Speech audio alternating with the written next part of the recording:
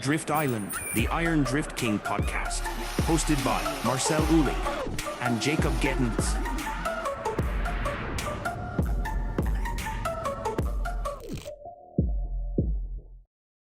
What's going on, everybody? Welcome back to the Iron Drift King podcast. My name is Jacob Gettins, and we've got the big man himself, Marcel. And like always, this episode is brought to you by Parts 33. This is your source for parts. Whatever you need, you can basically just go on the website, build an entire car. I mean, you know, some assembly required, but if you're into it, you need parts, this is the spot to go.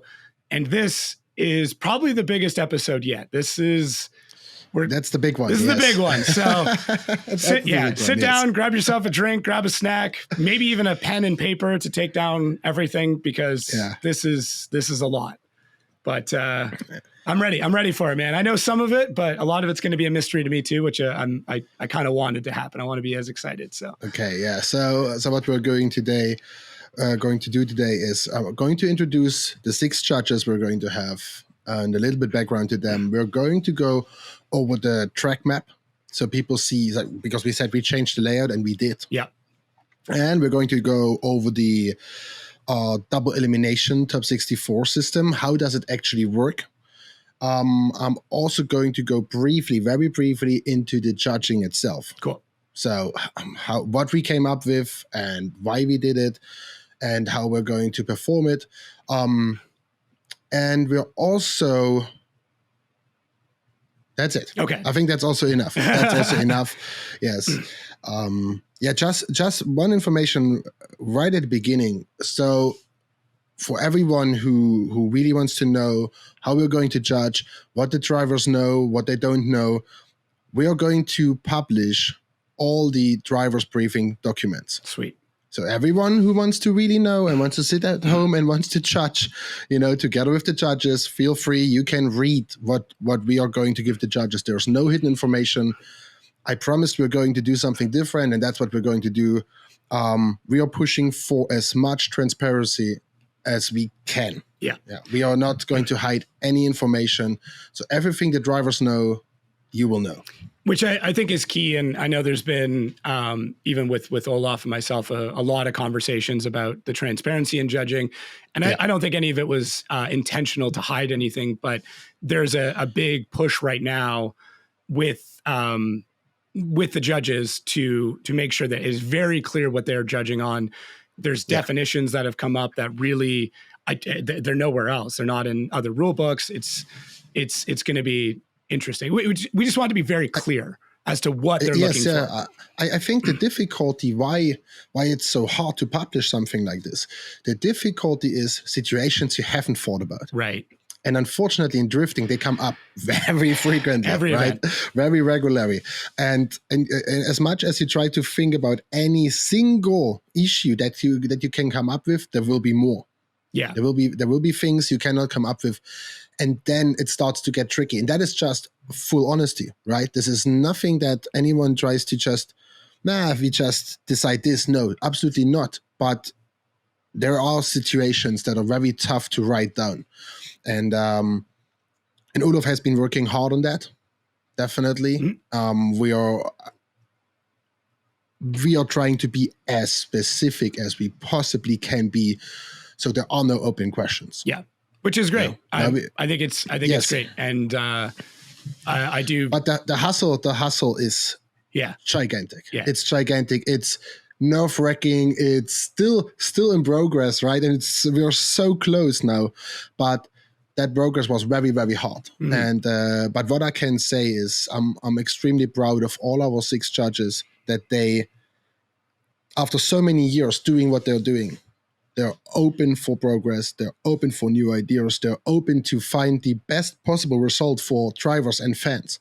And this is something I'm very happy to see, because I didn't know. Yeah. I didn't know, to be fair. And I talked to a few of them. I said, has anyone ever made you work that hard before an event? He said, no, because we meet very often, and it's always their free time, and it's mostly late at night. Okay, Reese is the only one benefiting from that schedule because for him it's in the afternoon. Yeah. But everyone else is located in Europe, and we are meeting like Monday from 9 p.m. we start, right? And then we go until we are ready. And so it's not exactly a great schedule for everyone, but we do what's necessary, and everyone working as hard as they can to make sure we are going to deliver something fantastic. Yeah, and I'm very proud and happy about that. I'm super pumped. So I think before we even talk about the judges, because the panel is incredible, let's talk about the fact that there are 6 judges, because right off the bat, that should catch everyone's attention. What's the thought process behind having 6, not 7 or 5 or 3 or whatever? So honestly, initially the thought came from other kind of sports, gymnastic, horse riding, where you have people involved giving points for certain criterias, and there's never just 3. There's always like 5, 7, 10 people. Right. Yeah. The Olympics are on right now. There's a good, if you want to go look, go take a look at the Olympics. Massive judging panel. Yes. And there's of course a reason for that, right? It is very easy to not to be biased. This is a topic we also talked with the judges. It's not that they are biased. I would never say someone is biased, but if you have just 3 judges, it is very easy to tip a result, in a direction that might be the wrong decision. And now please I don't mean this with any disrespect or anything, but the chance that the end result is wrong is higher with 3 people, because one judge can influence 2 other judges higher, or 2 judges can influence that one judge more. Okay. So when I heard that, like, hey, how about we just do more judges? Because in other sports they also do this. I was like, yeah, man. Like my daughter is like competing in team competitive gymnastics, right? And there's like 7 or 9 people sitting. Yeah. Why not? Why not? I never thought about it. And then we said, okay, let's go with 5. And 5, the decision for 5 was clearly that we cannot have like a 2-2 or like a 3-3 situation. And then after we had those 5 judges, I was like, okay, this is it. And then I got a call from one of the judges who is now on board. Like he also would like to do that. And I was like, okay, we cannot say no, because that guy has experience from drifting around the globe and is in deep contact with the absolute top pilots of this sport. So he might bring something to the table that I thought will be very valuable for everyone else. So we said, okay, let's go with 6. Then we were back right at this. Okay, 6 guys, we can have a 3-3. I tell you, this is how I was approaching that. Yes, it's possible we have a 3-3 decision. Right. 3 judges say one driver, 3 judges say the other. Then we have a one more time. Okay.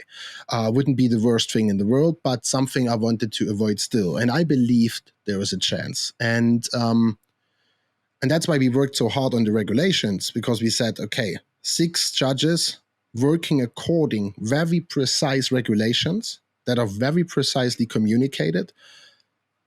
How should we ever get a 3-3? Right. If they all do their job correctly, and that's what I was like pushing for, that everyone has a full understanding of what we're doing, we will never have that situation. Yeah. And now with the system that we developed in the end, I think it's 1 in a 10,000 chance that we are going to have it one more time. And realistically, if it does happen, it's well-deserved at that point, where it's like, if we are that close, where, it's going to come down to 1 or 2 small points. If we do get a 3-3, in my opinion, that is very well-deserved at that point. Like, cool, awesome. You deserve to go one more time at that point. Yeah. But as our system is a mathematically based system, it works with numbers. I will go into it later. This chance is, I don't know how, really. Yeah. This would mean each lead and each chase run we are seeing is almost identically good, as good as the other one. And we are talking 1 point, difference or whatever. I don't think it's possible. We tested it. And if we have it one more time, we have one more time, right? Yeah. So it's not the end of the world, but it would be great if we don't. So 6 guys sounds great, and I'm happy that we do that. Yeah. But 6 guys also means you have to get 6 guys at the table. They all have their own schedules. They all travel the world. They all come from different time zones. They all have families. They do whatever else. And it was a huge challenge. Yeah. Luckily, my dream that I had of developing something fantastic, something that hasn't been done, something that is as fair as it could possibly be, was understood. Gotcha. Because I didn't just say, hey, I would like. I made it very clear what I want. Yeah. And that we start, as you said also in other episodes, that we start from scratch. And I'm happy that even if it was a tough road, all of them are very committed and very interested in developing something good, right? Something we can all benefit from.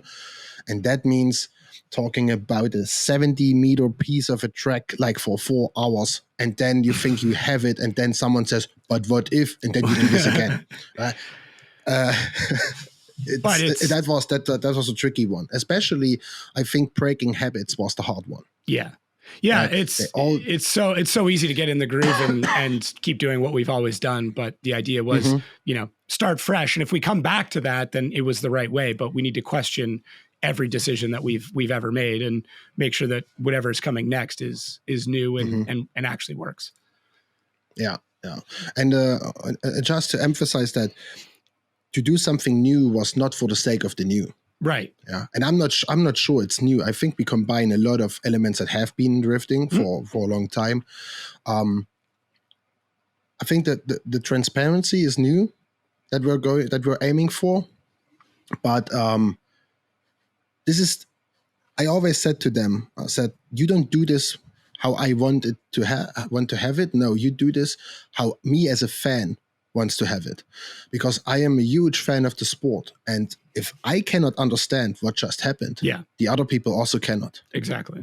This is at least how I see that, and this is the reason why we pushed and pushed and pushed and pushed, and I couldn't agree, with okay, let's leave it there because it gets too complicated. Too complicated generally means one thing. It means we don't understand it very well. Yeah. This doesn't mean it's complicated. Then how about we try to understand it, right? So I was very picky, really. Like when we did the test judgings, we did it in an Excel file, and everyone had the same file, and then they sent it to me privately, and one of them sent it in our group, and I right away I said, delete that immediately because the other ones are not ready yet, like in school, right? Yeah. Like I don't want that, because I wanted to make sure what we do really works. There is a deep emotion connected to this, and I care so deep about what we're delivering. So I think fans are going to appreciate a lot what we came up with, and as we haven't done it yet, I can just say I hope it works out, right? Well, the demos, it makes me, of course, also nervous. Yeah, I think the demos went well, and obviously the panel is pretty wild. So why don't we let's get into it, and let's show who we got on board here. So judge number one is Mattias Jönsson from Sweden. Mattias has been with us from 2018 on, actually. He has been at the very first Iron Drift King, and that's the wrong one. Oh, no. Hang on. Yes. So that's Mattias. Okay, there we go. Sorry about that. Yes, yeah. Thought we had this sorted. So Mattias is from Sweden, and he has been with us since 2018. So he never missed any Iron Drift King. I just liked, from the beginning, I liked his passion. He has a huge passion for drifting. And I think that is so important. He's a kind of guy who is always a bit loose and a bit very funny. I'm a bit too serious sometimes, especially when it comes to briefings. But he just wants to see the drivers giving their absolute best, right? And he communicates it that way.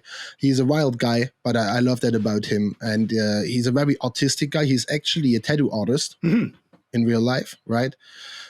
He has been tattooing a guy 2 weeks ago during our meeting. Yeah, I saw during that. our briefing. Amazing piece too. That's the crazy Amazing, part. right? Yeah. He did that while talking to us. I said that I hope that person that you're tattooing is aware that you're focusing on two things. But no, it looked great. And yeah, so he's very autistic. Not autistic. Artistic. Yeah. He's an autistic guy. He helps us now also a lot with the illustrations for the briefing and stuff. I'm really happy to have him on board. He got into drifting in around 2008, and then he started with announcing. Right, because that's something when you meet him, he's so passionate for the sport, and he gets loud also, right? So he definitely like that. He has been announcing for Drift All Stars, for the Swedish Drift Championship, for Gateball, and many more. And that interest from announcing turned into interest for judging, and started then also the Swedish Federation. Helped a lot in Sweden to build the Swedish drift scene, because there was a lot of change over the last years.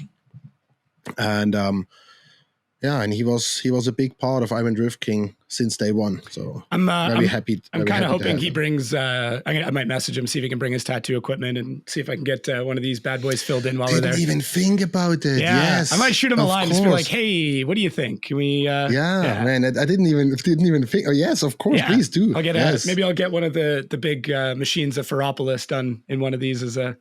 Like that'd be kind of cool, man. While commentating. Yeah, I mean, I could try maybe during practice or something. That would be interesting. That would definitely be interesting. So next up is Tarmo Liivamäki. Right. Tarmo is from Estonia, and he is the CMO and sales manager of Weissfab.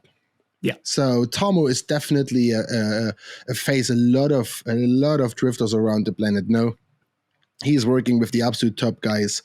I think Weissfab doesn't need any introduction anymore. No. Company has been definitely making their ways into history books. And I was actually not aware that he is judging. That was a very new information to me, because he approached me, and I was like, man, we have to do this. Tarmo was the sixth judge. Gotcha. And and I needed to make sure that he comes on board, because his experience talking to so many drivers from around the globe and from so many different drifting backgrounds and drifting cultures is highly valuable. And Tarmo has a very similar way of working than me. He needs to make sure things are clearly mentioned, clearly said. He doesn't hold back. If he has something to say, he is going to say that. And even if this takes time in briefings, not just because of him, but I loved that the judges are speaking up. Yeah, they're not just accepting what 3-4 people have just figured out. No, they're making sure everyone is on board, right? And everyone is saying what they really feel. And Tarmo is a very strong personality. I know him also for many years now already through Weissfab, of course, and we are their German dealer, with Parts 33, and we have contact since many years. Have been over there, and I think it's a great addition. I think he brings a really interesting factor to judging as well, where he understands vehicle dynamics probably better than almost anybody in the world. Yes. So knowing, I mean, there's a handful of people that are going to understand what is possible in a drift car, like somebody who is, high up at Weissfab. I mean, that's their entire life, is to try and get drift cars to do things. Else. Yeah. To do things that they're not supposed to do.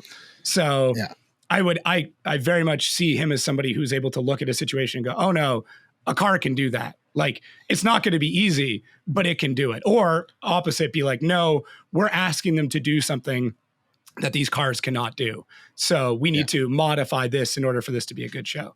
So that's going to be a really interesting one. Definitely. And on top, he has also been competing himself many years. This is something we often forget, but there's a lot of judges who actually compete. Also, Matthias has been competing many years. For most of the guys, it comes down to make a decision between, I do one thing or do the other thing, because I cannot do both. So, but it's great that they all know how it feels to be in a car. Yeah. Yeah, they're all constantly involved in testing sessions and advising and consulting. I mean, not consulting, consulting. So I'm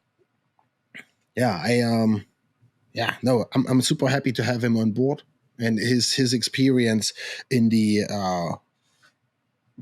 driving dynamic world. I think that's a good way of putting it. Is great. Yes, definitely. Yeah, that's so. Next up, we have Mateusz. Now don't name it down. Dziecisz. It's Polish. Sure. He's from Poland, and Mateusz is the founder of DCGP. Okay. DCGP, the Digital Drift Championship. He's the founder and main judge there, and he was brought to my attention because the amount of battles and qualifying runs and stuff they have to judge for each competition is crazy. Right. And digital drifting was introduced to me by Uhlig, right? Because I was aware it's existing, but like the details behind it, absolutely not aware. And digital judges are extremely precise. Yeah. Yeah. And that's something we were looking for. We were thinking that experience of digital drifting, put into real drifting in like real world drifting, physical drifting, that's just seems very interesting for me. So I was like, okay, let's definitely work with him. He's also judging the virtual drift masters this year, and he wrote me that he's scoring around per every competition around 300 qualification runs and 96 tandem runs. Jeez. So he's really used to a huge volume with a huge consistency, because those guys can practice and practice and practice and practice, right? They're all very, very good and very close together. So he sees things other people cannot see. Yeah, simply because of his experience. The consistency in digital drifting is wild. I announced an event over COVID, and I remember, I obviously watched a bunch before it started, but then in competition, I'm like, we're talking about fractions of an inch. We're talking about millimeters everywhere. And that's the only difference between people who qualified and didn't, is a couple of millimeters here and there. And it's wild. So I do think having somebody that's put in that many reps is massive. And it, just the caliber of drivers that we're going to see, you need to have somebody who has that precise of an eye. So yeah, it's good. Yeah, definitely. So I'm very happy to have him there. Also, he's a huge golf player. I did not know that. Something I never tried, never ever. I don't even know why. Like, I have a golf course, I think 7 minutes away from home. I never tried it. I have to try that. There you go. Maybe we should just set up a driving range at the end of the dock, and we'll just fire some balls off into the lake. Maybe there we go. Maybe we should do that. Exactly. It might be a good way to de-stress. Like, if things are going crazy, we'll find you at the end of the dock, just nailing golf balls out. Yeah. So next up is Vernon Swaneveld from the Netherlands. So Vernon, I think, is someone, I don't know who does not know Vernon. Vernon is the judge with the most traveling kilometers on the planet. Yeah. I'm pretty sure. He is everywhere. He's never home. I have no idea how his wife is dealing with that, to be fair, because that guy is never home. He is always somewhere, and he is really judging around the globe. Yeah. It's not just even Europe every weekend. No, we are talking around the globe. It is absolutely crazy. Vernon also has been with us actually since 2018. Also one of the OGs here in Iron Drift King. And of course, everyone knows he's judging Formula Drift this year. Yeah. He's judging Drift Masters also since 2018, I would say. Yeah. And I think he's 6 years. Oman, yeah. I think he was just, where was he this past weekend? I can't remember where it was, but he's very often in Asia, very often. Yeah. Yes. And United Arab Emirates, all this kind of areas. Just everywhere. If there's a drift event, there's a very good chance he's there. It's probably the best way to put it. Yes, yeah. I think he has a hustle to figure out which uniform he has to wear every week, because He's representing so many organizations. Yeah. But yes, Vernon is a guy. I appreciate him for his honesty. He's a very, very honest human, and I really like that. I'm not saying everyone else is not, but with Vernon, I can testify for it, right? Yeah. Vernon wants to do the right thing always. He doesn't want to step on anyone's toes. He's usually the more quieter person in a room. He tends to listen, before he speaks, and I really like this about him, that he has a way of talking soft to you. His voice is so mellow. Yeah. Right? Yeah. And I really like that. And he just wants to do the right thing. He's aware of the pressure of judging, and he's aware of the possible hate, that judges receive very often nowadays. So he tries to just be as neutral as he can, and that's a good thing. He's someone I've spent a fair bit of time with this year, obviously with FD, and we travel with I do at least, but a lot of us all travel together. I'm usually like in the cars with them, bugging them for information and questioning them on things and stuff like that. And like you said, it's not like he's a chatterbox, but when he speaks, it's very confident, very direct, and very correct. And, but then also, I'll say something and he'll question me on it immediately, but like not in a negative way. It's just, I'll say something. No, and he like, always has a positive tone, no matter what he's saying. Yeah, I know. It's a lot of like, okay, well, why do you think that? What makes you think that? And I might be 100% correct, but he'll make me defend my point every time. And I really like that. So I've had a lot of really, really good conversations with him, and he's taught me an immense amount about drifting in a very short period of time. Yeah,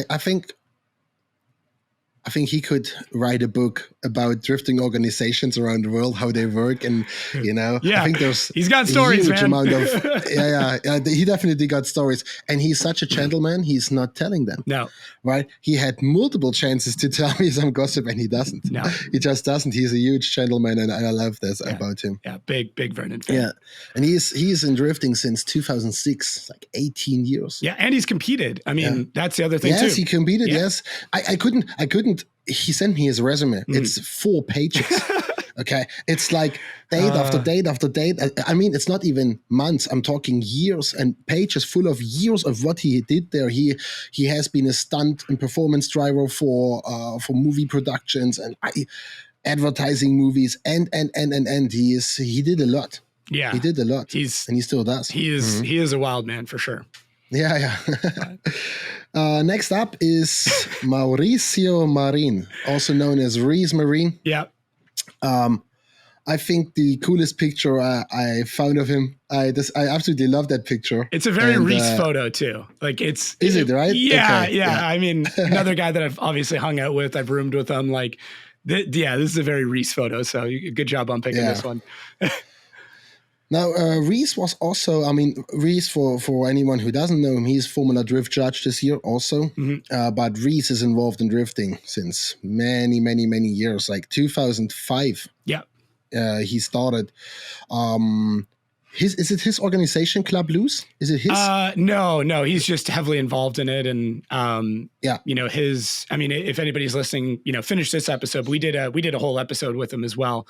So you can get a bit of a background there, but, Reese is, obviously a judge. He was Chelsea Denofa's spotter for his championship. So somebody who obviously knows how driving works. And he has been working with Kaufman, Redman, Alec Robbins, Chelsea Denofa. He has been spotter of the year 2021. Yeah. And he's driving, he's judging, he's developing drifting. He's an instructor. He's absolute a drifting coach. Also, He's I don't know if I'm allowed to, he's taught certain government organizations in the US, like some of those people, how to drive and how to do, drifting and stuff like that. So like it's pretty, cool. It's pretty well. And I did a ride along with him in New Jersey. So did Vernon.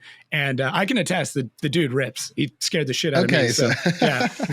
Yeah. So the decision for Reese was something, I heard about him, and I think also Olaf actually mentioned him to me and said that, hey, Reese seems to be a judge with the right mindset. Yeah. And what I mean with that is, not every judge. I'm just going out and saying it. Yeah. Not every judge would fit here. Yeah. Simply because we needed guys that are ready to do something different, that are ready to shake off their habits and try something new, as long as it makes sense. And Reese was introduced to me as that person. And our first phone call took definitely over an hour. It was just chatting. You know, it's and I was super critical. It's just me, you know, taking that so serious that I set him in our first. We never talked. We never wrote nothing. We had a phone call. You know, I think my second or third sentence was like, "Hey, I need you to take this serious." Right? I didn't know him. Yeah. You know, it was kind of insulting towards him, but I didn't mean it bad. I just meant that, hey, if you're going to be part of that, you need to commit to it. Yeah, it's not just and another he said, job. Yes. Yeah. And he said, yeah, of course, man. You know, like, and that was the start of it. Yeah, it's not just another job. Exactly. We said we are doing things differently. So naturally I need to deliver, you know, to my promise and deliver on my promise, right? That's correct. You got it. Yeah. So I needed to make sure, because I didn't know Reese, you know, that this is going to happen. And boy, I was not disappointed. You know, Reese is definitely, he's always there. He's always punctual, something I really appreciate. You know, and he's committing, right? He's also one of those really neutral and fair persons.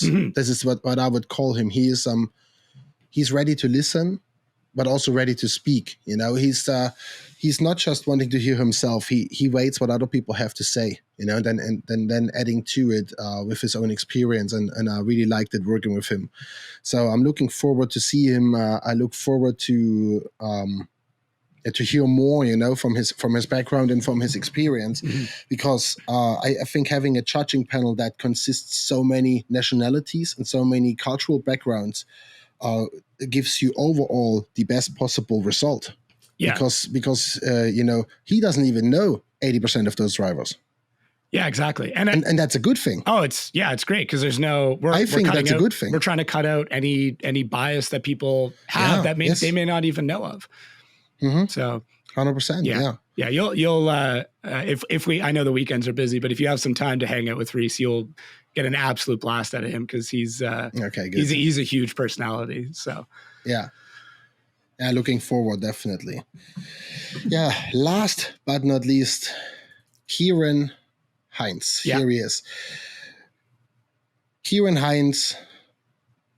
I don't know who doesn't know him in Europe. In Europe, he's an absolute. I think he is the OG of European drifting. Kieran has been developing and evolving drifting since almost 20 years. Kieran has been and still is, you know, the major initiator of a lot of drifting rules, a lot of drifting techniques. And of course, he's from the island Ireland, right? There are all of those guys who have some big influence. They're from there. It's crazy, but it all comes together when you think about it. You have so many influential people there. They all stick together and decided to do something good. Yeah. And Kieran is a massive critic of literally anything. So, you know, I mean that in a positive way. He just doesn't want to accept it. He is not like, when he gets excited, but, you know, we are all like, hey, yeah, we think this works super great. And he's like, yeah, bad. Oh, what about this? He's like, he wants to go over it until he's happy. Yeah. He likes to dissect situations, very time consuming, but you know, we were aiming for the top result, for the best possible basement for our system. So it was very much needed to have someone who's saying yes, okay, but this is you know, it might feel, for me, I'm a person who cannot listen too long to something without drifting off. Might be a bit difficult sometimes, but no, absolutely great addition. I wanted to work with Kieran for many years, and now it finally happened because he's so busy. He's running also the Irish Drift Championship. I think he's not the owner, but he's running the judging side of it, and he has some very He's doing the Oman Mhm. Drift Championship as well. His son is Alan Hines. For people that don't know, Alan Hines, fantastic drifter in real life, fantastic drifter in the simulator, Yep. and so I think they closed the circle there as a family. Yeah, I got to call Alan's runs. Back during COVID, he was competing in that series, and it was wild to see what he was able to do. And yeah, I think Kieran's such a staple.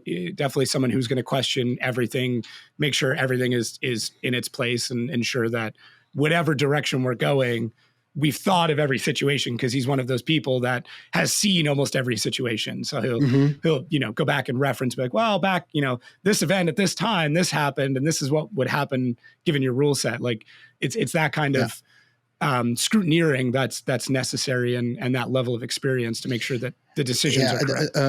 I think his experience was the interesting part here, because to literally any idea that we had and any possible scenario, he had a real life example. Yeah. He said, 12 years ago, this day, this month in this country, there was this and this. It is crazy to see how much they care. Yeah. It is something that fills their whole life, and fills their heart. And this was something you really felt. No one was ready to accept anything that they didn't really wanted to accept. Yeah. Just that I'm silent, or just that anyone shuts up and says, okay, no one was ready. And that was great. That is exactly what I wanted. And we had a really good time developing what we did with them. And we're not 100% ready yet. So we have 2 more meetings before we go into competition. It'll come together. It's a lot, but I mean, when you have such a vast array of experiences, a vast array of languages, and opinions on how the sport should be. If you have 3 people, it's, as you said, it's much easier for everybody to agree. When you've got 6 plus Olaf plus yourself plus whoever else is in the meeting, trying to get 8 people to agree on a place to go for dinner is not easy, let alone to rewrite impossible. Drifting. So it's I'm not shocked, but I do know how far it's already gotten. And that's why I'm happy that, sometimes when you are in this bigger group meeting or discussion, and sometimes you just like, okay, I will not say nothing now anymore, otherwise we will never leave, right? And no one does that. Everyone is still, but it's a good thing. It's a good thing. It's time consuming. It's exhausting. But if they felt they had something to say, they did. Yeah. Just great. And they didn't care how long it takes. It's just the result was the important part. And I'm so happy that they embraced what I asked them to. Yeah. Like, hey, let's try something great here. Let's do something new, or do it different, and hopefully influence a lot of people in a very positive way. So happy for that. Nice.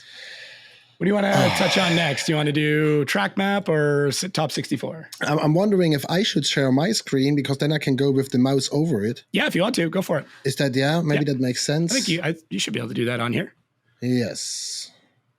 Yeah. So for everyone thinking that, okay, that's a bit sketchy looking here, this is just because that was hand drawn right before the podcast recording, because the graphic wasn't ready in time. So just to introduce the most of you who don't know how the old layout has been, we basically started back here and had a standing start with initiation here, and then pushed into that first zone. So that was great, because it was full throttle until here. And that's around 15 meters before a huge concrete wall that is not going to move anywhere when you go into it. So it had a great amount of danger. It was a bit frightening for the drivers, and over the weekend it got very extreme, because they didn't care anymore at some point. The big disadvantage, and that has been overlooked by us, not willingly and not knowingly, was that if a driver of the chase car had a little bit wheel spin at this point, they lost their battle basically in the run up. Right. And that was a big disadvantage. So we said, okay, how can we do this different? Because obviously, Ferropolis has this kind of structure. Ferropolis is actually an artificial island, and we have those old excavators, those old brown coal digging machines there as a museum, right? You go there as a museum, and those are grandstands that are naturally built in Ferropolis and into the arena. So the track is lower than everything around it, and that was never meant to be a racetrack. It was never meant to do anything else than host some concerts, and be a museum and a cultural retreat, basically. It's a cultural place to learn about the past of the area. And so we said, okay, what are we doing? So basically cars came here inside, and this is where they went back up, go around and go back to the start. So we had the idea we're going down the hill. And the reason for that is the following. This hill is not to accelerate, because if they would just crash into this. They would get way too fast. Okay. They have a standing start here in line, so not next to each other. They start behind each other. Okay. And they go down the hill, and the lead car takes this line, and I will go into it later where the chase car is going to be. So the lead car is going, they have approximately 55 kilometers per hour at this point, because they just drive down the hill. This is just to keep them together, right? And here, there's going to be a cone where the lead car has to drive around. This is not visible now here, but it's an 80-degree turn. Okay. It's almost 90-degree turn. It's quite a hard turn. It's to slow the lead car down on purpose. But what's happening also, if you match the line really good, we have been testing there last week, Thursday, just with a practice car, but it was really, really good to see. You are starting to load the left rear of the car at this point. Okay. And that car, then you push full throttle as hard as you can. And the car is unloading approximately here. And it's unloading into initiation will be around here. We didn't draw this now on purpose because it would not be to up the scale. The lead car goes into a touch and go. That's not a full zone. It's just a touch and go to keep the lead car where it's supposed to be, and makes a very. This is actually quite close together when you see it, and that is quite a long straight. So they have approximately 130 at this point and make a very snappy transition towards that wall. If you sit here, you have the best time of your effing life. I can guarantee. Because they're coming right at you. They're coming at you in a really big angle, right, towards that wall, because the zones are ending in the wall, basically. And or a little bit before that. But it's visually, there is no difference, especially for the driver's not. So they're going to unload the car here, clutch kick, touch and go, and then very snappy transition. Not backwards, because that would be wrong, but like very big angle into that first zone. And then they're staying on that line, hoping, because that line ends here in the wall again, right? Hoping this is not going wrong, going to that long zone. And then we made a big change. If you can, I don't know if you can see that, Jacob, this corner was actually right in the center before. Right. So it had the same radius to the left and to the right side. And now we kind of, can you see my picture still on the camera now? Yeah. Now we turned it. We turned it and moved it to the left when you watch now from top. Okay. So we moved it in this direction. Yeah, I see that it's offset a little bit as opposed to being symmetrical. It's offset, exactly. Yeah, it's a bit turned. And that was done in favor for two things. This one here is almost a straight line transition. That means the cars don't have to make a big movement from left to right. Right. They can accelerate through this, accelerate here into transition, and decelerate a little bit, but not.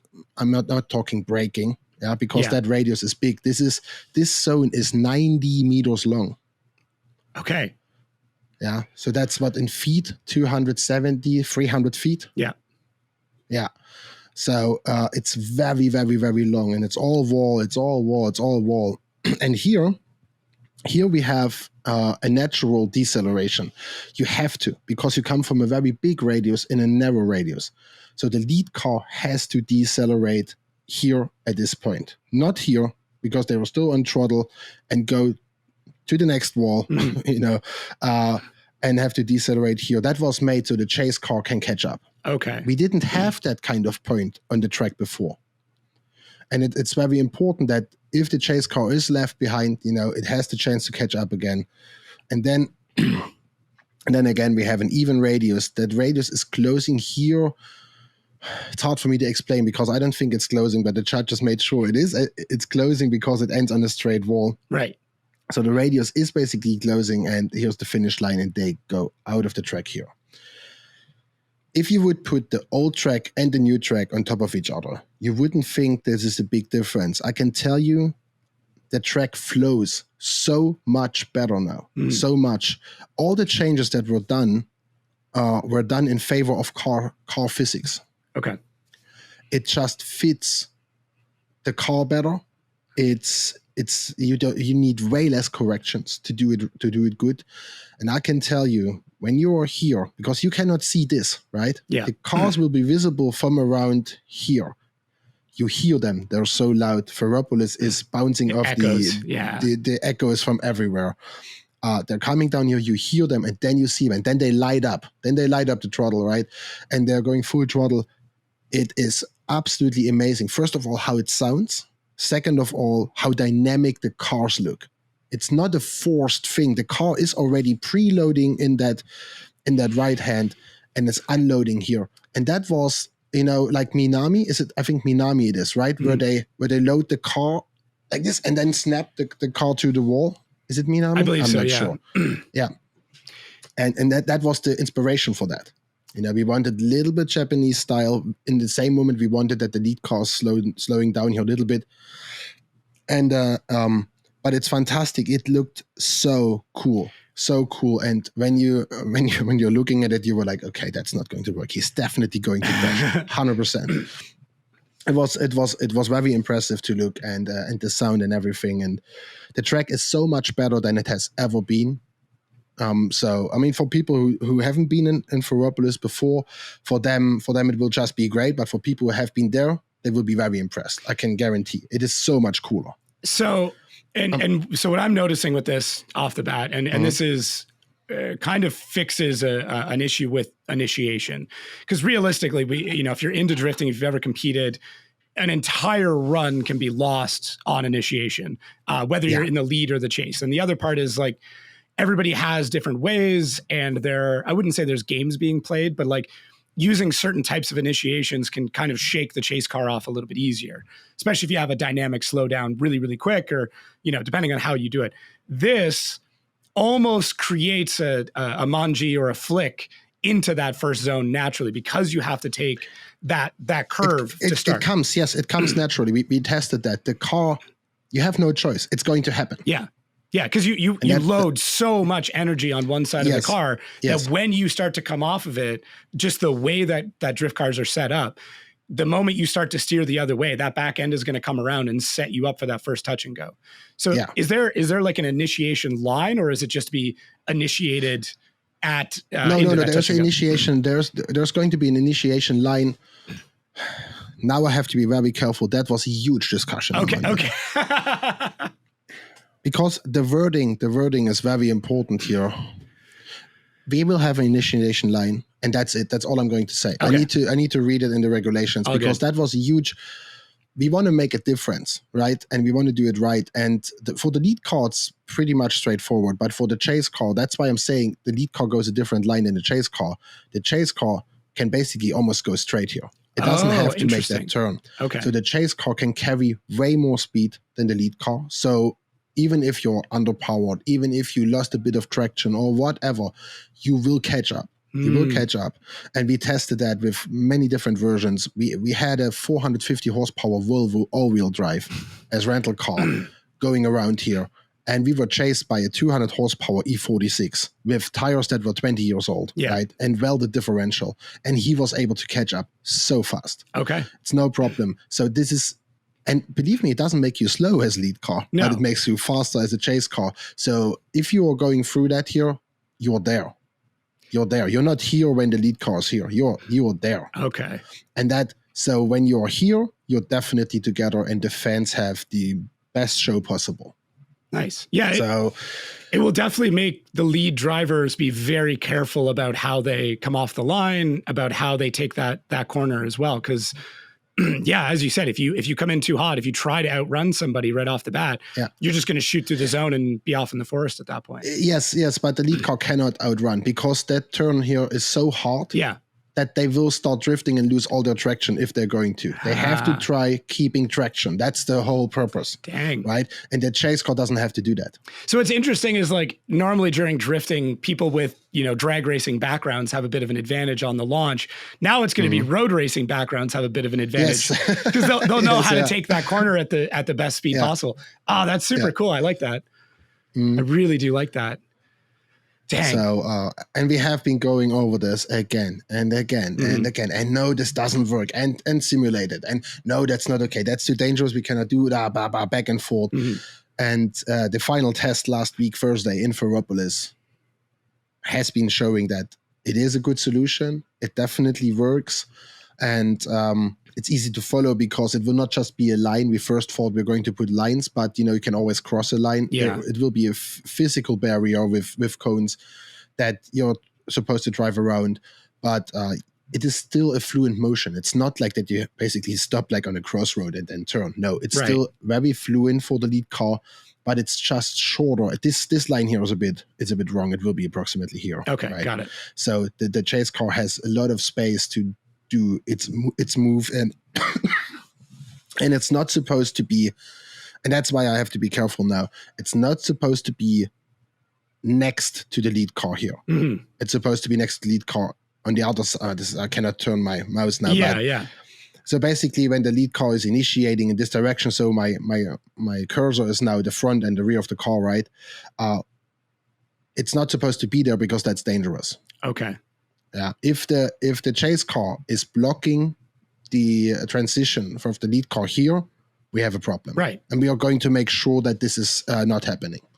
So there's different rules in place and different punishments to make sure it will cost you your run and your result. Your battle is basically lost if you're going to do that mistake. Okay.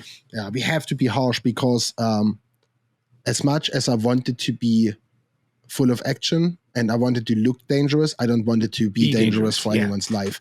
Yeah. But that track is 25 kilometers per hour faster than the other one, but the walls are still the same. Wow. So it's not going to end good if the car is going straight in that wall because the transition was blocked. Yeah. Right. So yeah. Wild. But the track has always been dangerous. Yeah. And I think it's part of drifting now. You don't want to say that, but we have 16 firefighters and I think 7 paramedics there. So whatever happens, we're ready. Yeah, we're ready. Yes, we're ready, and they are standing basically here and here. So it takes them like 4 seconds to be there or 5. Yeah. So whatever happens, we are ready to deal with it. But it's a topic that no one talks about it very often. I think people like to ignore it. But it is part of drifting, and only way we can make sure nothing is happening is making sure that the scrutineering is good. That's why we are so tough on welds, cage, dimensions, and an end, because we want to make sure everyone is doing good. After, even if there is a heavier crash. Yeah. No, it's good. I mean, I know there's more we'll probably get into, and I think for anybody listening, keep an eye on this space, because once everything is finalized judging wise, like you said, we'll have the driver's briefing up that'll help explain a little bit more. And there's still a few things that are being nailed down, but ultimately it's there's I said that to judges. I am not a fan of having something not ready, but we have to also cut ourselves a little bit slack. It's a completely new layout, with a completely new run up, with a completely new concept. A few things have to be driven with many cars in order to see final positions. So I think Thursday afternoon, so in the middle of the practice, we will have everything 100% where it's supposed to be. And it's difficult for me to be open now, to be just transparent, because I don't want people to say, but you always say that you will have it so perfect, and then you're not 100% ready yet. Some things you cannot predict. If we now make one zone too long, and then we realize those cars are not staying in that zone that long, and if you would force them, it would be bad for the layout or for the flow. Then we have to explain why cars are leaving the zone after 75% of the zone. Yeah, most of this is all fixed. This is fixed. This is fixed. This is fixed. This one might start a bit earlier, and this one might move a little bit in this direction. Okay, that is all the changes. But that's just. I was not happy with this, but every one of the judges assured me and said, Marcel, look, this is completely normal practice. Mm-hmm. Sometimes we have to see, does this really work? Because if the layout is new and there has been just 1-2 guys driving it, that doesn't mean the other 62 guys do exactly the same thing. Right. And I've seen it in multiple. I mean, I've seen it in FD as well, where they'll run a practice, take a look and figure out where the natural line ends up falling and start to move clipping points. And it's usually the judges have it within 3 feet, like it's within a meter, like it's usually very, very close. And it's just a matter of, okay, 95% of the drivers are going through here. This is where it's going to end up being. That way it's going to flow a little bit better. So yeah, I hear you, but I do see their point on that as well, that like there is certain elements. Yeah. My German, the German in me, is like very unhappy that I cannot say, and that's 110% how it's going to be. Yeah. That is just difficult for me personally. Well, I'll try and get some more Canadian in you, which is very laid back and relaxed and go with the flow. So I'll maybe that'll be my job is to stand by you and keep you relaxed the whole weekend. Well, I'll try. I'm more than happy if you can accomplish that. I expect like a pat on the back if I can keep you calm all weekend. You will have it. You got it. Don't worry. So we're going to have, for anyone who doesn't know it yet, top 64 double elimination system. Mm-hmm. And even that will be a double elimination top 64 hybrid system. So we said it often enough that the top 64 was made that we're going to accept exactly 64 drivers. Everyone is qualified. Everyone enters the event as relaxed as possible in terms of drifting in general. Right. So what we're going to do. So we start with the top 64. Okay, it's nothing special. It's just 64 drivers going head to head. So we're having 32 battles, right? That's the original situation. Then we're going to have 32 drivers that are going to win their battle, and we're going to have 32 drivers that are going to lose their battle. In Iron Drift King this year, because it's a double elimination, this is not the end of your weekend. Right. And I think this is such a great thing, because you will have a chance to battle yourself immediately. And that's fantastic. And the best thing is you can still win the whole thing. Yep. So what's going to happen if you lost? If you lost your battle, you go into the top 32 of the fighters side. We're going to call them fighters because they have to fight their way back, right? I like that. Calling them losers would just be wrong. Yeah, I just mean. Because they lost the battle, but they're not losers, right? Yeah. So what's happening? They're going to have a top 32 amongst themselves of all the drivers who lost their first battle. 16 of them are going to lose, and they lost the second time, so they're out. Right. Okay, they're gone. But 16 go further. But why do we have another top 32 here? That is because on the winner's side, the runners, we call them, they have won their battle. So they have now a natural top 32 because that's the next thing after top 64, right? 16 of them are going to win their battle and going into their top 16, but 16 drivers have lost, and they have lost the first time. Right. So what they're doing is they're going to the other 16 guys who won the top 32 on that side. So we have another top 32. That's going to be Friday night. Okay. So Friday night, we're ending with a top 32 in the darkness, with fantastic setting and lighting. That's a really great way of ending the Friday. Yeah, the lighting there is sick too. I mean, I don't know if we're changing it, but dude, this year it's sicker. It's nice. Yes. Take it. No, it's good. It's going to be great. Yes, I promise. So yes, we are running the top 32, and same as here, 16 guys have to lose. Right. Those are the guys. So we had 16 guys that lost one time, and 16 guys that lost one time makes another top 32. they're going to in the top 32. 16 guys will lose again, and they are out because they lost the second time because they have already been on that side of the bracket. Right. Or we are ending up with a top 16. This top 16 guys that won all the way, right? They're on the top 16. 8 guys are going in the top 8 because they won, and 8 guys will go here on the other bracket. So this top 16 will again have 8 winners and 8 losers that are out. Right? Okay. Those winners go into a top 16 that is consisting of 8 guys from this side and 8 guys that just lost on the winner side. Okay. Okay. Then they're running another top 16. As you can see, we have always 3 times top 32, 3 times top 16. Yeah.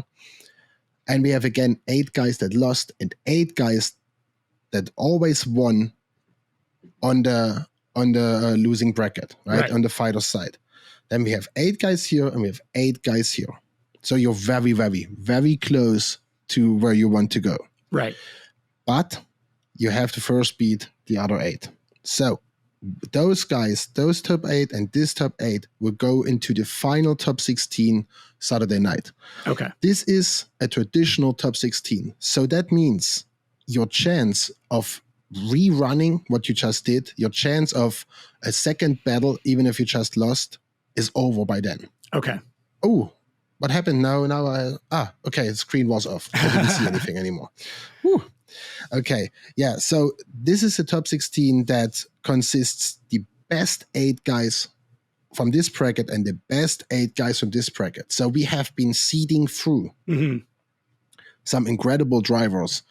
And I think that will be the most incredible top 16 the Iron Drift King ever had, because they had to really, really push their way there. Yeah. Right, through a lot of guys. And that top 16 is, as I said, a traditional top 16. Okay, so and from that point on, if you lose, it's over. It's over. It's over. But every one of those drivers has already earned money at this point. Oh, so okay. everyone already gets money when they're on top 16. Gotcha. Yes. We made sure of that because it was very hard to even get there. Right. Right. Right. Now it doesn't get easier, but it's like, I think you should be rewarded for already that. You made it very, very far. You had to drive a few more battles than traditional you would have to. So it's very important that those guys get rewarded for it. Well, and what's crazy too is if you go to the fighter side, you have so much battling to do to make it to that point. So, you know, there are people who have played strategies where they might lose their first battle to go over to the other side to drive against drivers that are, you know, quote unquote, not as good. But if you played that card, there's a good chance you're going to be battling so much more just to get back to where you were. battle 2 times more to get to the same point than the other guys. And winning 2 more battles, we all know how hard it is to win 1. Yeah. To win 2 extra battles, you have to be very confident if you make that decision, you know? Yeah. You can do that, but I think it's not a good idea. No. And the other benefit too is now anybody who is on the fighter side, they get more track time. They are driving more. So if you make it to that top 16 from the fighter side, those drivers may have lost a battle some way through, but there's a very good chance that they've driven more than you have and know the track better than you do. And they've got more experience or different experience, have driven at night or, you know, understand the conditions a little bit better. So yes, that's true. That's true. That's going to be wild. We had people say that, like, but don't you think it's unfair that these 8 drivers never had a chance of redo, you know, or like correct their mistake because they lost the battle? Man, you had all the chances in the world to lose.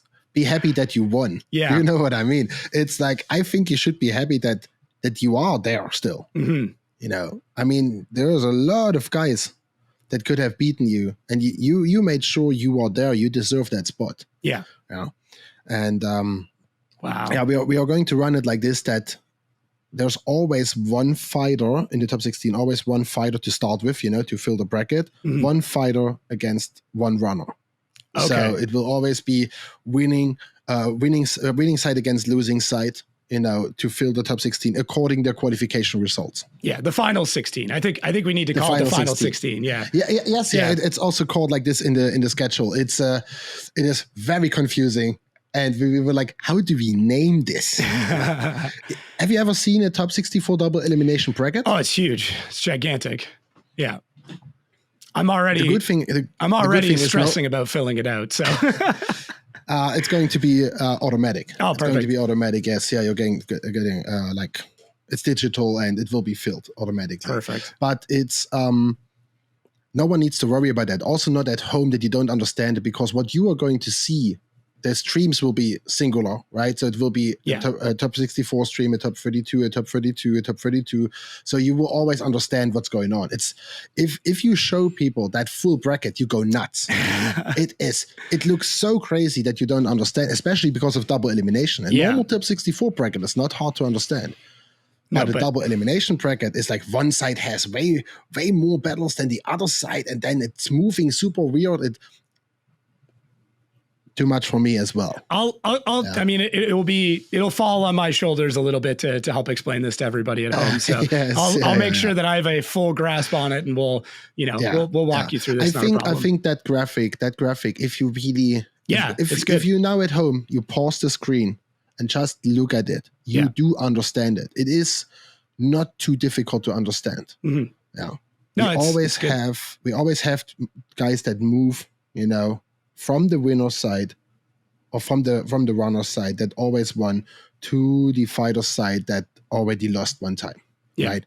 But your chance of losing ends with this battle. If you lose this, you're gone, and then then this is your last chance. But wow, they will definitely be ready for this top 16, and the cool thing is, of course, they will be so confident. I don't think that anyone still has any doubt. Like you see it in top 8 is latest the point in any championship, in any race where people are very, very confident in what they're doing. Yeah. And now we have those top 8 guys coming together in the top 16. So we see them being overconfident from the top 16 on. So the last 1.5 hour show of the Iron Drift King Saturday night will be absolutely mind blowing. And I'm pretty sure that's going to happen like this. I was trying to do the math in my head with how many battles that you're going to see, but it's a lot. I don't have an answer, to be fair. I had to think about this today because of the tire manufacturer supporting Iron Drift King. Oh, interesting. Someone had a question that, so is it enough tires, right? And I was like, yeah. And then I was like, okay, I have to calculate this again. It's many battles. I'm trying to do the math on it right now, and I'm Just do the math and let me know. I will have a sip of water. What I'm going to say hesitantly is we're about 100 battles is what you're going to see. I got to around 92, and then I'm like, okay, I think I've got this close, but let's say approximately 100 battles over the period of a weekend is what it's going to end up being. Yes, which is nuts. So I know I'm going to have to bring some lozenges. 120. I think it's 120. Yeah. Yeah, I can see that. I'm going to have to bring some lozenges. I'm going to have to do some vocal warm-ups or something, man. But in the end, time-wise, we are talking, I think, half an hour more, maximum 1 hour more over the whole weekend than if we would run qualification with 64 drivers. And arguably this is more exciting. Way more. Yes. And it's definitely doesn't take longer, right? And there's different streams to watch. You don't have to watch one 14-hour stream from start to the end, right? You can choose when you watch what you want to watch, and it's a lot of battles. That is true, but that's why we are there, right? We want to see battles. It is so much better for media. The amount of content will be crazy, absolutely crazy. The amount of chance for every driver to present themselves on track is fantastic. The amount of videos and photos that are going to be taken is great, and I'm looking forward to that. It cannot be boring. Battles are never boring. No. So why would it be boring, right? And we're going to. Yeah. I was just going to say, I think the other part too, the ranking system, I know we've touched on in previous episodes, but that ranking system is now open because that's the next question people are going to have is well, how do we know how the top 64 is even going to lay out? And then how do they go from there? That is a purely voting system. And that is available right now. Yes, it is available right now. We will on the 12th of August. It's a Monday. we are knowing who is going against who in the top 64. Okay. So all of you have the whole week time until the weekend to figure out who is going against who could possibly go against who next. That's the more difficult question in this kind of system. But where drivers are going to meet again, that's up for the drivers in the end. But by the way, that voting system started fantastic. We have many thousand votes, thousands of people that want to support those drivers. 80% of the remaining winnings of that, because we have to, payment providers and all, 80% of that money goes back to the drivers. Wow. And that is super cool. I think lots of those guys have doubled or tripled already their starting fee, already in return. That's really, really nice. And I think it's not understood for a lot of people, because of course not everyone follows us, not everyone is listening carefully. Let's explain people it. Like to judge. I think if there's a driver that's driving, this is how you support them. Yes. So it's not. There's people that thought we decide the event, via paid votes, and then but if someone has lots of money, he can. Man, that is to support the driver you want to support. Right. That is to interact with the driver and the driver to interact with you as a fan. That is to give them a position in a competition where they are already qualified. Every one of the drivers you love, anyone who is starting in Iron Drift King, they are qualified. No one has to qualify, okay? They are qualified, but we have to put them in the bracket at some position. And that was a creative way to do that, and it was a way of showing your support to your drivers. Yeah, because they provide you with a huge show, taking their €250,000 car and hammer it towards a standing wall. Yeah, right, for you. So the least you can do is show your appreciation, because 80% of that money goes to the drivers. I've got the page open now. I don't, if you want to open up the screen sharing, I can show people a quick walkthrough. You can also. I can. Yes, I will end it, and you can. Yeah. Show it. I think it's a really, really cool idea, because obviously it will help the drivers immensely. But yeah, you can basically go on, find a driver that or a driver you like, or a car that you like if you don't know anybody, and essentially just go through, and it's €1, right? It's €1. It's 99 cents exactly. Yeah. And as I said, the money goes. The majority of that goes to the drivers. You can see the votes. He got 712 votes so far. Yeah. And we have it open still 11 days. Perfect. In total. Right. So there's more than enough time, and we already have the bracket ready on Monday, the 12th of the event. If you open the driver, you can see a little bit of their history. You can see what the power they have, the car they are driving. Yeah. All that. And it's great. I really like this system. It allows people to kind of go through and do that. And if you really, really want to make sure that somebody does well or help support their program, this is such a low cost, easy way to do it. Yes. Exactly, because that money doesn't go somewhere. No, it goes exactly to the driver you want to support. Yeah. And I can tell you there's people that spend €500 or €600 for their vote. That's crazy. There's some people go crazy here. Definitely. Oh. And but we are very happy with the turnout. This is what we wanted. The traffic is of course also really, really good because of it. And some guys came up with really cool videos so far. But it's also, and that's a little bit critic now to the drivers, that shows why it's important to do that. Mm-hmm. There's a lot of guys who are not good at that. Yeah. This was the exercise here was come up with something. Make sure you interact with your drivers. Yeah. And some guys are really growing here in this process, because they're okay, if I want to get the support, I need to figure out a way how to get the support, right? And they do. And this is what we wanted. The whole intention was to bring fans and drivers closer together. Mm-hmm. And we are on our way. But European drifting still needs some school lessons, definitely, when it comes to this. Yeah, but I'd say we have to start somewhere. Yeah. It's all a process, and as they I don't know if this translates well, but Rome wasn't built in a day. Like this takes a while to do, and I do think this is a good kick in the butt, though, to be like, hey, here's a direct result, because that's the hard part. When you create content, when you create videos, when you do marketing, very rarely do you press go on something and then immediately see money come back in.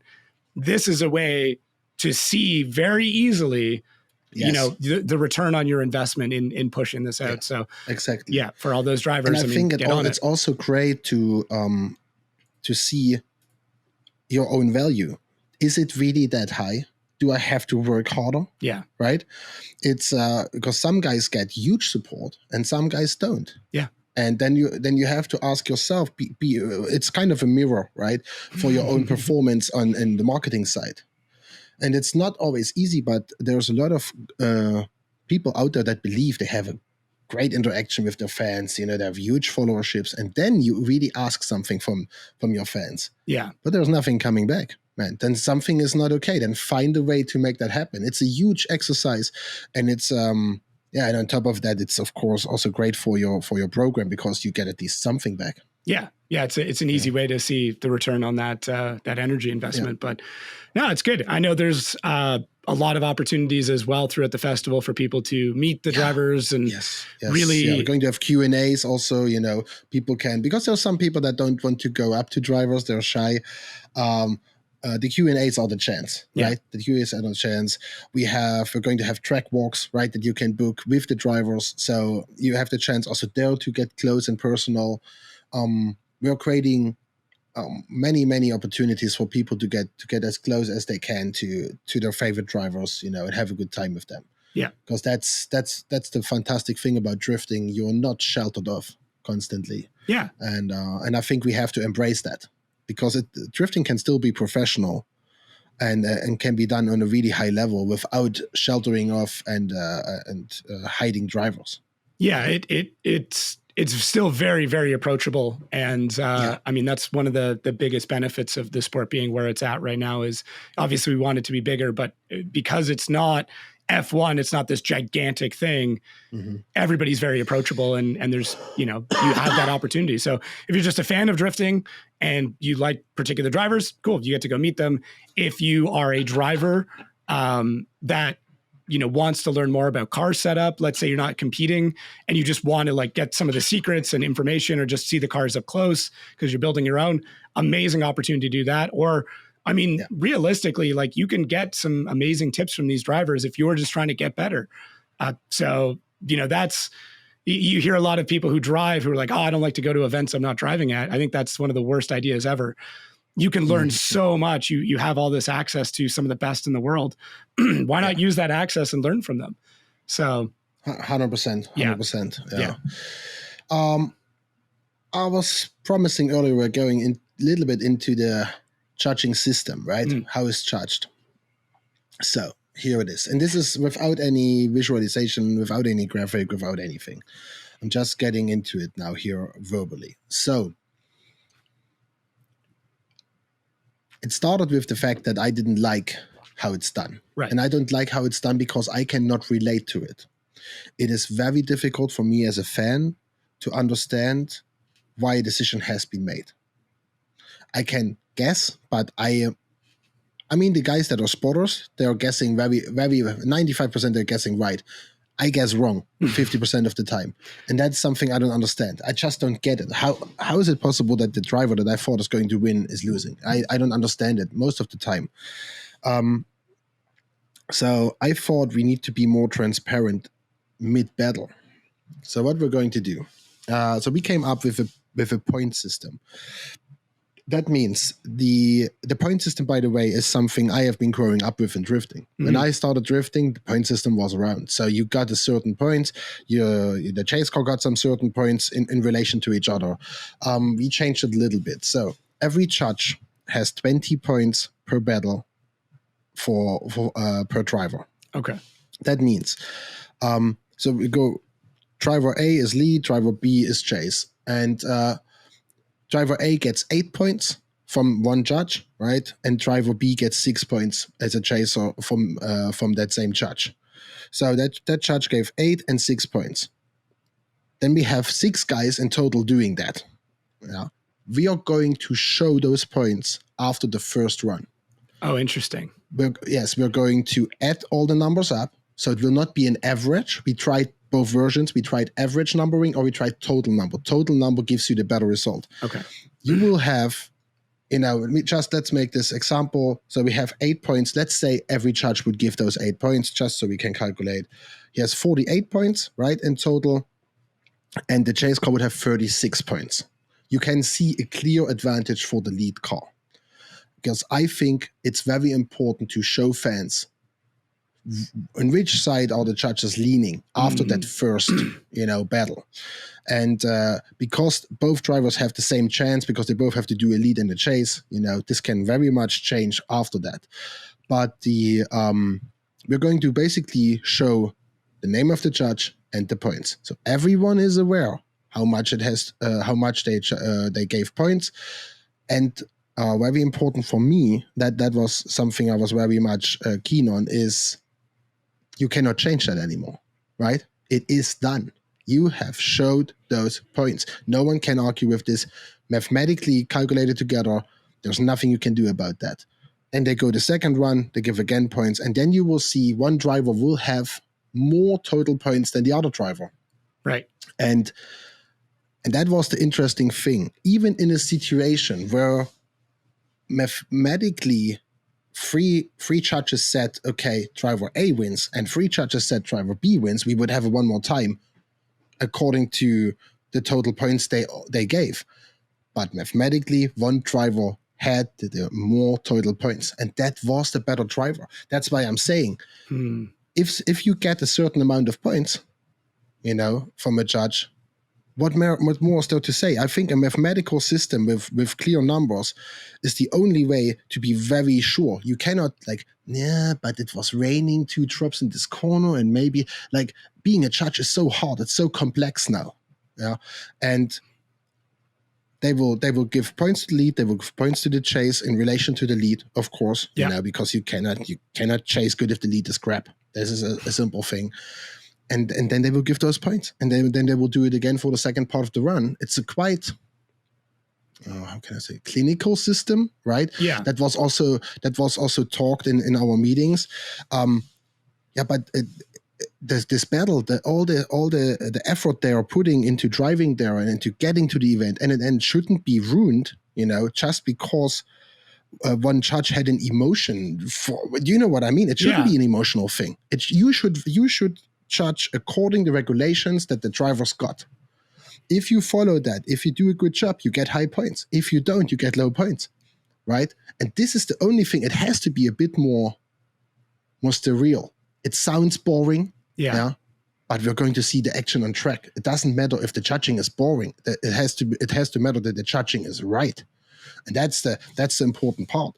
The driver with more points, and that's the cool thing, one judge can definitely not influence what the other 5 judges put on their paper. Right. Those judges have 6 screens.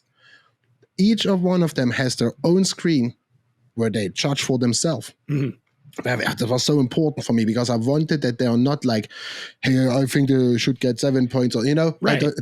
I wanted to avoid that. So they're sitting next to each other, but they all have their own screen, and they're going to have one big screen where they talk about, if there was an incident, because that's something that needs to be talked through, of course, because they have different opinions, different experiences, but they will come up with who is at fault. This is something that is not always easy to say. I think those are the very difficult situations. Yeah, that's where everything gets sticky, right? Is always contact, which sucks, because drifting is all about getting very close to contact. So it's a sport that very much invites it. I don't know if you can say right now, and I actually don't even know the answer to this. Mm-hmm.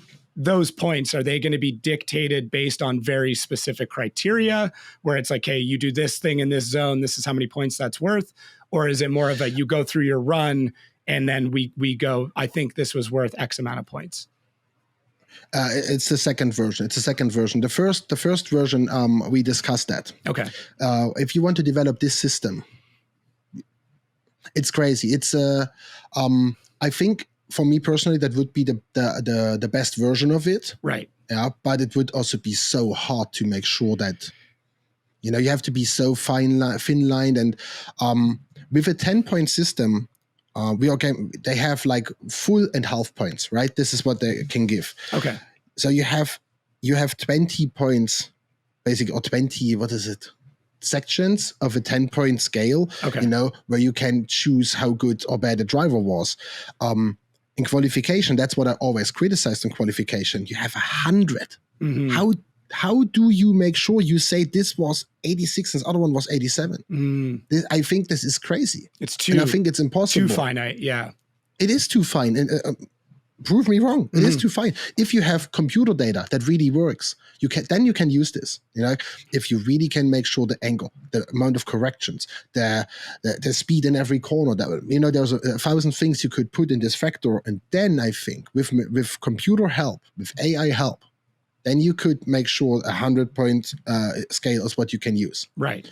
But not before that, in my opinion. I know it's used since 20 years, but that doesn't mean it's right. I mean, just because we've been doing it for 20 years means it's correct, right? Oh, thank you. Amen. I said that on Monday, right? Yeah. It's hard to say this to judges that do this since 20 years and to say that, hey, but maybe what you have done so long is not the correct way, right. And I'm very, I was a big critic, and I had to apologize a lot on Monday.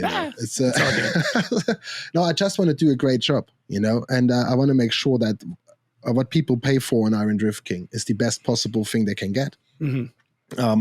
We're going to have 2 45 square meter walls, video walls, right? They are like 9 meter to 5 meter. They're huge. They're 2.5 times the size we had them before. And so you will definitely see they're full HD. Yeah, you're definitely going to see what the judges are seeing. We're going to have a static drone. That means that we have one drone that is just hovering all the time. So we have a top view of the track. We have 7 different chirp cam, like the fixed cam, or is it chip cam? I don't. That's not a term I'm aware of. But fixed camera. We have the usual cameras that are moving, but we also have cameras in all the zones. You can really see what just happened. We have, of course, the FPV and we wanted to make sure everyone can see as much as possible. Jeez. Right. On top of that, we are going to have visual references, mostly actually for the fans to see, did that driver really transition where he was supposed to transition? Oh, interesting. In a case of 1 point difference, between drivers, or in a case of contact, did the driver really do what he was supposed to do in that point? Because we will be very precise about that in the briefing. So the briefing will be very clear. It will be a lot of text. It will take time for the drivers to read it, but no one, and that's why we are going to publish it also, no one can say they were not aware. Right? If they were not aware, they didn't spend the time. Yeah, that's not on you at that point. Yeah, exactly. And we have been going through 1,000 different versions of everything, and but if you see this point system in action, it might sound very boring. Yeah, but it's so precise. And even if one of the 6 judges is making a mistake, because he's human, right? This doesn't mean that it will influence the overall result. And that is very important. Right. Yeah. No, that's huge. Yeah, and that point system might not work with 3 judges. That's something I'm not so sure yet about. But with 6 judges, it worked so freaking perfect. It worked so well. And we will have a winner that is dictated by the points given by 6 very experienced judges. Yeah. So if you lost that, you lost it. It's not because someone fought wrong, someone hates you, no, you lost because you didn't do the thing. Said so. Yeah, you didn't do the thing. Yes, you didn't do what you had to do. Yeah. Or the other one just did more. Yeah, right? That's a good way of putting it. And that's, of course, the other version of it. Yeah. Wow. Yeah. Wow. Yeah, there's more to it. We made sure there is a difference in decelerating and decelerating. Yeah, natural decel versus natural decel being something where you're coming off throttle, or when you add more angle, you naturally decel, versus something where you're physically pulling a brake and slowing the car down. But of course, if you decel because you push too much angle, that's also a big mistake. Right. You're not supposed to do that. We're talking more about one radius. The radius you're coming from is bigger than the radius you're going to. So you have to decel. You have no choice, but you don't have to pull the brakes, right? Also, this was going to be defined in what angle of the car it's called decelerating, and the other one what is like slowing down. There's a lot. There's a lot of people working really, really hard now to get that ready, to make sure everyone is informed. It might be overwhelming first, but it's not. It's still pure drifting. That is, with all the technicalities we are talking now here, all the details, it is still pure drifting at its best. We just wanted to make sure that we provide the drivers and teams with a platform they can count on. Yeah. Right? I don't want to be an event and an organization that doesn't care how drivers feel about what just happened. Yeah. I want that everyone understands why this decision was made. And if they read the regulations carefully, they will understand.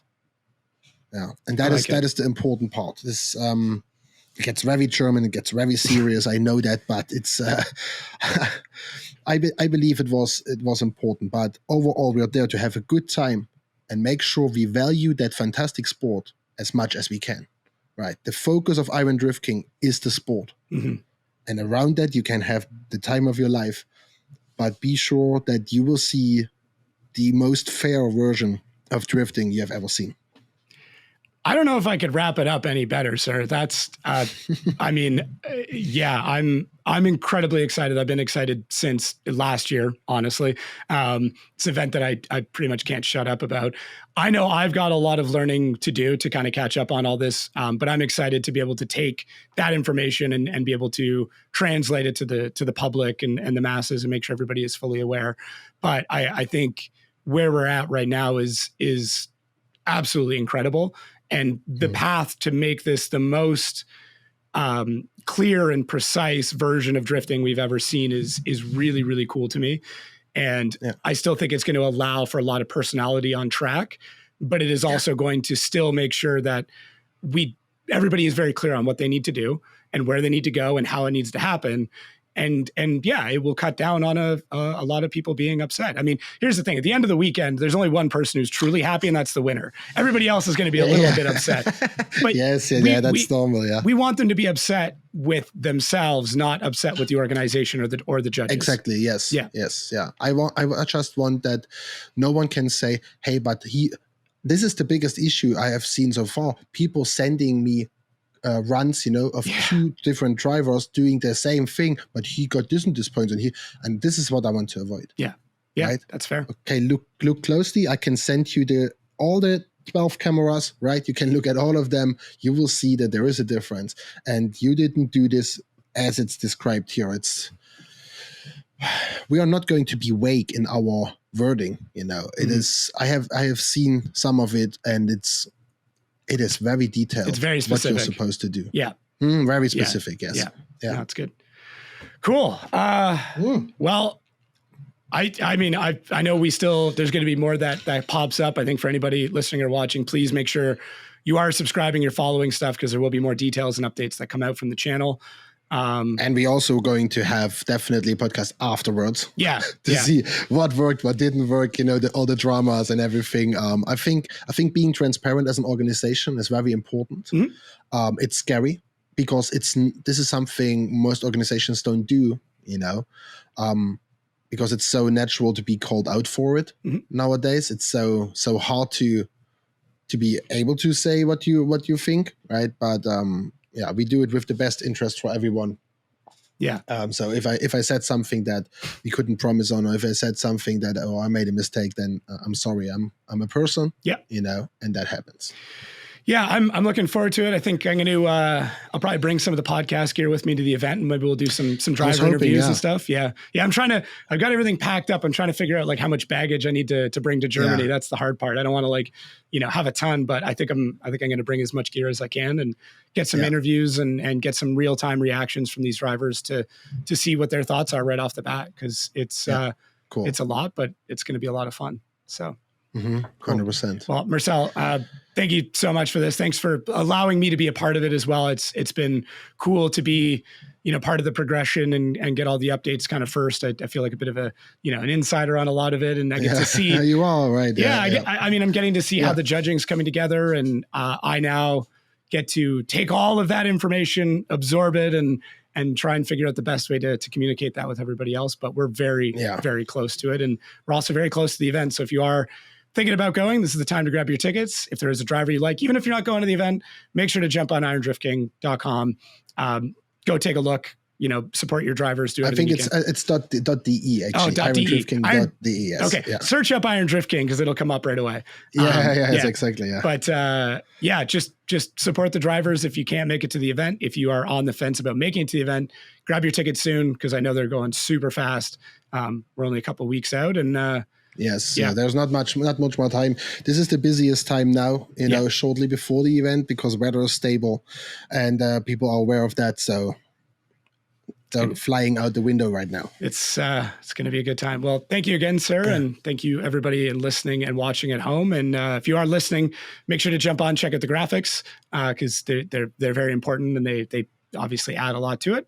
If you are watching, thank you so much, and catch everybody soon. Yes, thank you, and bye-bye. Drift Island, the Iron Drift King podcast, hosted by Marcel Uhlig and Jacob Gettins.